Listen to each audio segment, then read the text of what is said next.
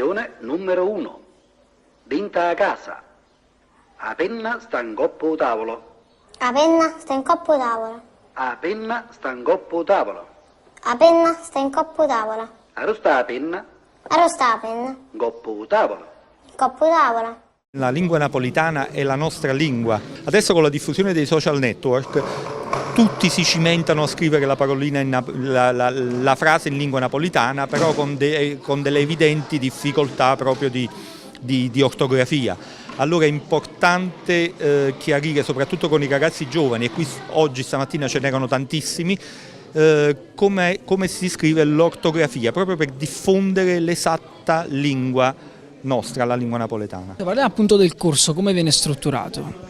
Allora, il corso sono in effetti 4 lezioni da 2 ore ciascuna qui a Cava, poi ci sarà una giornata finale che sarà di festa, di cerimonia, perché rilasceremo il attestato di Lazzaro Doc. Siamo partiti dalla storia della lingua, abbiamo parlato della diffusione nel mondo, del come, del perché, e poi ci siamo addentrati nella grammatica, cominciando dall'articolo, passando poi per i pronomi, per poi finire alla fine alla coniugazione dei verbi.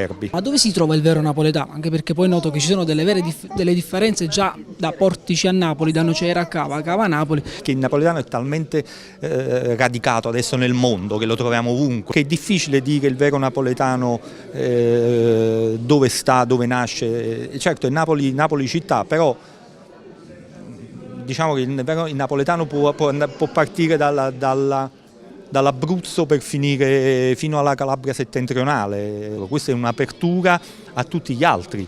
Noi siamo aperti, noi siamo curiosi, noi vogliamo scoprire tutte le altre lingue. A me interesserebbe imparare anche la lingua navajo, tanto per essere. Quindi siamo amici di tutti, non abbiamo preclusioni.